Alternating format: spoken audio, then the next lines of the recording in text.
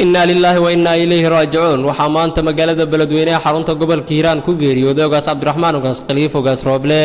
oo ka mid ah ogaasiyada Soomaaliyeed si weyn looga yaqaan guud ahaan caalamka iyo gudaha dalka Soomaaliya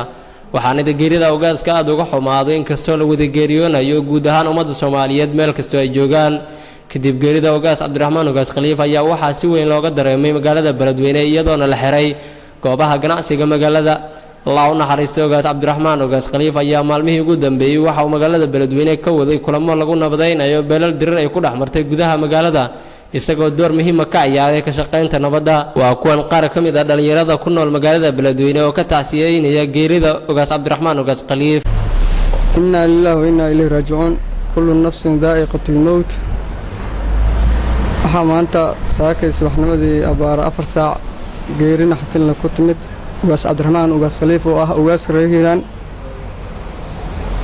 waxaan ugu tacsiyeynaa dhammaan reer Hiiraan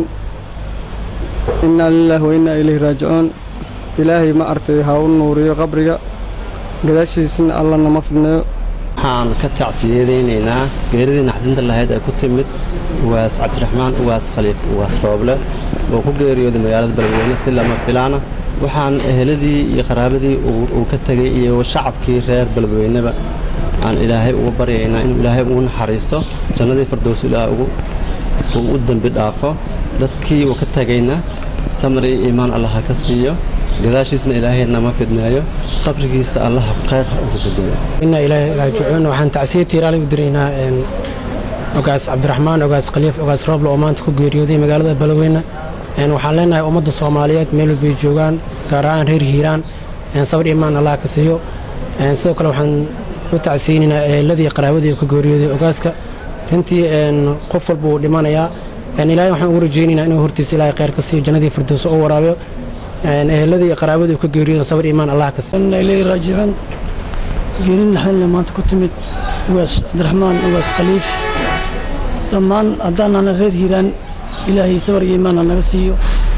أنا وكمل الذي إلهي صبر إيمان لما تنسيو وياشيسنا إلهي نوفي والسلام عليكم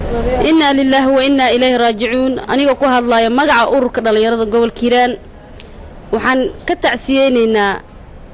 geeridii naxdinta lahayd ee ku timid ogaas Cabdiraxmaan Ogaas Khaliif Ogaas Roble oo saakay si lama filaana ugu geeriyooday magaalada Beledweyne oo aan ku sugannahay waxaan leenahay samri iimaan Allah ka siiyo eheladii iyo qaraabadii uu ka baxay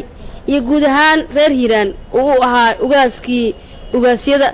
waxaan rajaynaynaa in ilaahay jannadii firdaws ahayd ilaahay uga baryaynaa inuu ka waraabiyo marti la jecel yahay Allah ka dhigo sidii looga jeclaa adduunka aakhirana mid laga jecel yahay Allah ka dhigo inna lillahi wa inna ilayhi raaji'uun sidoo kale waxa geerida ogaas Cabdiraxmaan Ogaas Khaliif Ogaas Roble ka tacsiyay maamulka gobolka Hiiraan kan degmada Beledweyne saraakiisha amisom kuwa dawladda odayaasha dhaqanka iyo bulshada qaybaheeda kala duwan inna lillahi wa inna ilayhi raaji'uun Maxamed Qadar Cabdulle Somali Cable TV Beledweyne